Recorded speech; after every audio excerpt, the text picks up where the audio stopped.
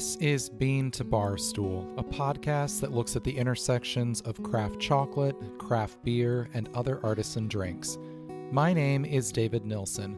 I'm a professional drinks writer, an advanced cicerone, the author of Pairing Beer and Chocolate, and the creator and host of this show. The music for this episode is by my dear friend, indie folk musician Anna P.S. You can find out more about Anna's music in the show notes or on annapsmusic.com. You can find links and information about our guests in the show notes as well. I hope you enjoy this episode of Bean to Barstool.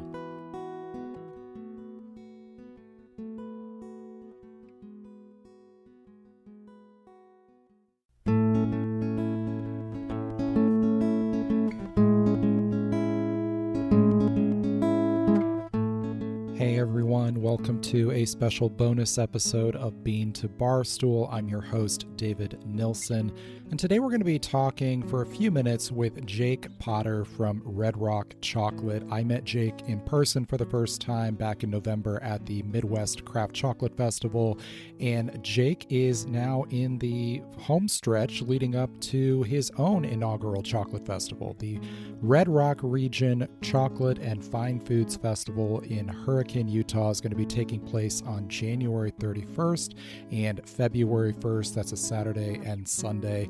Hurricane is in southern Utah. I have not been to Utah in decades, but even across that distance of time, I remember the Red Rock region being just one of the most beautiful places I had ever seen in my life. I keenly remember one evening we were staying at a hotel, a kind of little roadside motel at the edge of the desert. And there was this little stream that ran behind the hotel right at the edge of where the actual desert began. It was the only source of water around, so there's these little scrubby trees growing right along it, no other foliage. And there was another boy my age staying at the hotel, and he and I became friends. And I remember swinging out on a rope and dropping into this little swimming hole in the creek with, the wide open Red Rock desert as a backdrop behind it. Just this very striking memory. If any of you are fans of the comic strip Calvin and Hobbes, which was a foundational part of my childhood and for a lot of other folks of my generation, if you remember some of the ethereal alien landscapes that Calvin will imagine when he is trying to escape from what he sees as the monotony of where he lives, Bill Watterson, who created Calvin and Hobbes, has said that he based those landscapes on southern Utah. So it gives you an idea of just how beautiful that region is. Jake and I had a chance to sit down for a few minutes recently and talk about the festival, what's going to be going on, why he created it, all that good stuff. So listen in and then consider making tracks for Southern Utah to check out the inaugural Red Rock Chocolate Festival. Jake, thanks for joining me today. At the outset, share a little bit with our listeners what's going to be going on at the Red Rock Region Chocolate and Fine Foods Festival. Give us the basic details of the event. Sure. It's going to bring together a lot of craft chocolate makers from both the United States and some international makers as well. And we are excited to highlight local vendors. The fine foods portion is mostly being pulled from southern Utah and more of the local region. And then the chocolate, because there aren't as many chocolate makers down here in southern Utah, will be pulled from the rest of the world. But it's going to be a great place to try all sorts of fun artisan foods and have some good educational components as well. There'll be a speaker lineup and just a good chance to not only sample foods, but also be part of a competition that's going to be going on between the vendors. All of the vendors will have an opportunity to compete in a competition for innovation in chocolate. And I'm excited about that award competition as well. Yeah, that sounds really cool. So where is the event taking place as far as the venue? Yeah, this will be taking place in Hurricane, Utah. Spelled hurricane, but the local populace, we call it Hurricane. I heard that little inflection there. I was going to ask. Yeah. So Hurricane, Utah, there is a fairgrounds there for the county fairgrounds, Washington County Fairgrounds. It'll be inside a building. It's not outdoor. It'll be indoors in Hurricane, Utah, which is real close to Zion National Park down here in southern Utah. Cool. Yeah, I hiked Zion Canyon when I was a teenager, like 30 years ago. It was a beautiful area for sure. Yeah, it's beautiful down here. We love it. Yeah, so you mentioned a number of different vendors. Why don't you share with us a few examples of some of the vendors who are going to be there? As far as locally, we have a local honey vendor, a local fine food bistro that's making some fancy foods, kind of catering to the tourists that come to Zion. We'll have some fun cotton candy sculptures, a company that makes, first of all, some good cotton candy, but they make them into sculptures. A lot of fun local pastries and sourdough. I haven't got a good cheese vendor yet, so if anybody knows of a good cheese vendor that wants to come, send them my way. But I want a cheese vendor there. There might be some here and there at a few of the booths, but I want a solid cheese vendor, so I'm still looking for that. And then as far as chocolate goes, we have Sayamaya from Thailand. We've got Moshpi from Ecuador, and then a smattering of U.S. based makers. We've got Kesho from Texas. Let's see, Mademoiselle Miel from Minnesota. She makes some wonderful chocolate. Oscar Rodolfo from Mexico is coming. He's a chocolatier who makes his chocolates from bean to bar chocolate. So that's really fun. That'll be neat as well. So that's just a few of them. I have a list on my website right now of all the current vendors, but that'll be fleshed out with a little bit more information about each vendor coming up this next week. It's getting time to start posting everything as it's coming right up. Yeah, for sure. Well, one of the cool things about chocolate and food festivals is that beyond getting to sample stuff, there's the opportunity to learn. There's educational opportunities, tasting opportunities. Share with us some of the experiences and classes and things that are going to be involved in the festival. Yeah, one thing I'm really excited about, Carla Shade, she is her social media account is called Opening Chocolate. She is going to be there doing a Utah tasting. She's going to bring samples of chocolate from the Utah-based chocolate makers and run through a tasting of that. And Utah has some history in the chocolate making world. Amano is a big name in craft chocolate, and they are based here in Utah and have been for quite a while. As far as craft chocolate makers go, they've been around almost as long as any of them. And I'm excited to have them represented there at that tasting. And some of our vendors will be speaking. So we'll have Valeria, who's coming from Moshpi Chocolate, will be speaking about her experience in Ecuador and growing up on a farm or working on a farm. And she's also going to talk about regenerative agriculture, how their farm helps keep cacao growing well and other product plants as well. We will also have a local speaker. Her name is Sherry Gavin. She is a historian and she has a kind of focus on chocolate. And it's kind of interesting. It's not necessarily a focus on craft chocolate, but her expertise coming in is just how humans have interacted with chocolate over the years. She kind of has a specialty on bringing chocolate to Europe, but also about just chocolate in general. And she also has some cool emphases on women and chocolate and the history there. How sometimes it was fashionable to eating chocolate, or maybe almost scandalous to eating chocolate. There are some fun nuances that she'll be hitting on. I'm not sure exactly the topic she'll go. I've talked to her on a few different strains of chocolate, but I'm excited to have her as a speaker there as well. And then a few of the other vendors will be speaking on their own particular expertise. Well, of course, you yourself are a chocolate maker at Red Rock Chocolate. Why don't you briefly tell us just a little bit about the company? What made you decide to start making bean to bar chocolate? Partially, it's just my personality. When I try something I enjoy, not just chocolate, but food-wise in general, I always think, wow, this is delicious. Can I make it at home? And I love to cook and experiment in the kitchen. So that's just already kind of part of me.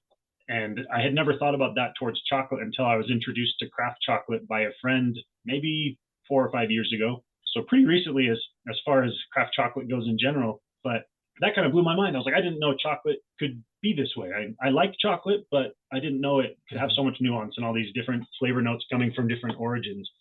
So that's what kind of started me thinking, can I make chocolate at home? And it took a few years. I didn't have the right equipment initially, whereas most of the time I have enough kitchen equipment to try to make a new this dish or a new that dish. But with chocolate, I had to get a little bit of equipment on hand.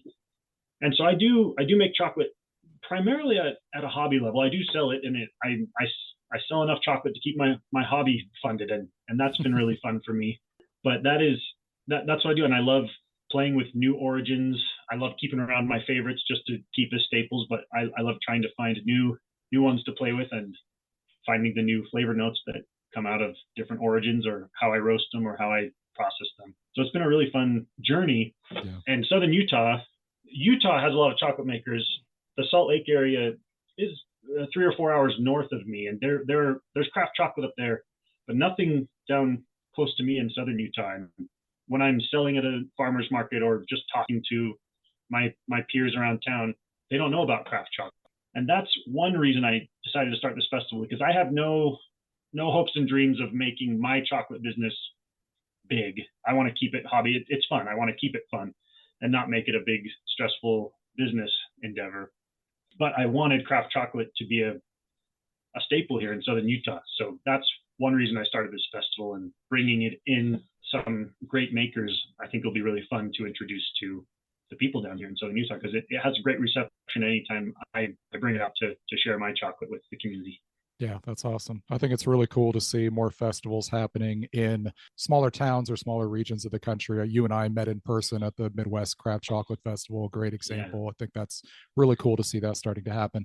Well, the last thing I'll ask you, I obviously love all kinds of craft chocolate, and we cover that on Bean to Barstool, but I have a special emphasis on chocolate that uses some kind of beverage alcohol, and you've got your Temptation bar. I was wondering if you could briefly tell me a little bit about that bar. Yeah, that one's fun. I've tried some alcohol or booze infused bars all over the place. There are some great bars out there, and I wanted to do something that kind of tied a few things together in my mind, at least. The ultimate goal, which this actually didn't work out happening, but I wanted to almost make a vanilla cacao extract and then use the nibs that I had flavored the bourbon with in chocolate. I ended up not using enough bourbon. It all soaked into the nibs, so I didn't have any left over as an extract. But what I did was I soaked cocoa nibs and vanilla beans in the bourbon. And this was a bourbon that was made here in Utah, up in the Salt Lake area. So it was infusing the vanilla and the cocoa.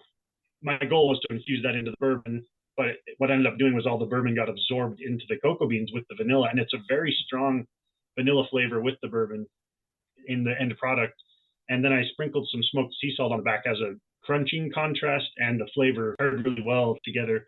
And that's where the name Temptation comes from. Utah is very big on the LDS faith, Latter-day Saints, the Church of Jesus Christ of Latter-day Saints, and they don't smoke or drink. So adding that smoky component allowed me to be like, you know what, it's kind of temptation. It's got alcohol and a little bit of smoke, things that are a little, frowned upon a little bit around our parts, but it's had a really good reception locally and anyone else I've let try as I've traveled around. That's really cool. Well, Jake, it sounds like it's going to be an awesome festival. As we wrap up, let people know how they can learn more about the festival and where they can get tickets. Perfect. Thank you. Yeah. redrockchocolate.com is the hub for everything about the festival. Yeah, it'll be here at the end of the month. January 31st is our first day, and it'll also be on February 1st. That's a Saturday, Sunday down in Hurricane. You can get tickets on redrockchocolate.com. We're excited to have it happen. There is still room for a couple more vendors. If anybody is thinking, hey, I'd take a trip to southern Utah, go see Zion National Park, and while we're there, sell some chocolate or other fine foods, we've got room. One reason I've thrown fine foods in the mix is I love going to chocolate festivals, but at big chocolate festivals, flavor fatigue hits in pretty quick when you're sampling chocolate after chocolate after chocolate. Sure. And my hope is that breaking up that, it's not monotony because the chocolate's still so different from each other, but just the monotony of chocolate after chocolate broken up by a piece of sourdough or something else that'll help, cleanse the palate, add a different profile of maybe some protein or something else to the palate. I'm hoping that will let the chocolate last longer. So I'm excited about that. So yeah, that's a great idea. We've got room for a few more vendors, whether it's chocolate or other fine food related. We'd love to see you in southern Utah at the end of the month. Again, you can find out more about the festival at redrockchocolate.com. Jake mentioned that Kesho chocolate will be on hand. Those of you listening to this episode when it comes out 1 week from today, I will have a full-length episode with Liang Wang from Kesho Chocolate. So you can look forward to that, learn more about what she's doing at Kesho. Also, Cocoa Supply is going to be involved at the festival. We have spoken with Lila Carvajal Urker on this show numerous times. London Co. from Peace on Fifth is going to be there. London has played a big role in my craft chocolate education over the years, and I will be talking with London for a special episode at the beginning of February. So quite a few folks involved with this festival who you can also learn more about here on Bean to Barstool. Jake talked about the Temptation Bar at the end, and I just want to briefly share a little with you about this bar. It is a delicious bourbon-infused bar. The aroma, he mentioned that he soaked the vanilla beans in the bourbon. The aroma is definitely very vanilla forward, and it gives this really beautiful marshmallowy vanilla aroma, a little bit of soft roasty chocolate behind it, but very gentle. What it reminded me of, and I know that this is cheap chocolate, and obviously this bar is much, much better than this, but it reminded me a little bit of those chocolate Easter eggs we'd get as kids in our Easter baskets that were filled with marshmallow in the middle. Again, this is much better than that, but it did kind of give me that impression. The flavor, though, when the chocolate actually hits your tongue and that salt and smokiness come in, it just deepens and widens. You keep this fuzzy vanilla, but then you get this oak and soft roast in behind it. It made me think about the bourbon dripping off of the char on the inside of those barrels. It's not overpowering. It's not overly intense. It's not too sweet, but it is robust. And very nuanced, even though it stays very, very gentle on the palate. A delicious bourbon-infused bar if you are into those types of things.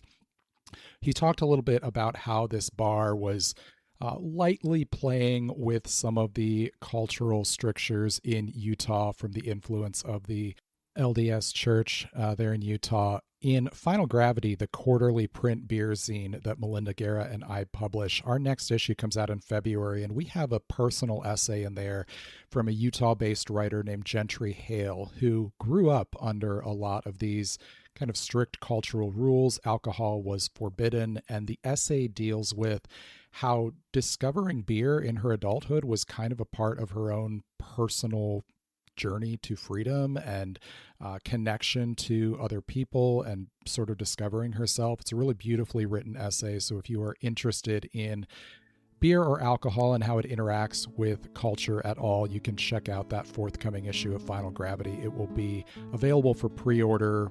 Actually, it should be available by the time this bonus episode comes out. So you can check out the Bean to Barstool shop to pre-order that. Once again, if you're interested in attending the Red Rock Region Chocolate and Fine Foods Festival, you can head to redrockchocolate.com, get all the details, buy tickets. Like he said, there's still a few vendor spots open, so if you're interested in setting up there, you can also find that information on the website. Thanks to Jake for coming on the show today. Good luck to him and the festival team with this inaugural festival. Thank you all for listening. Hope you enjoyed this bonus episode of Bean to Barstool. Cheers.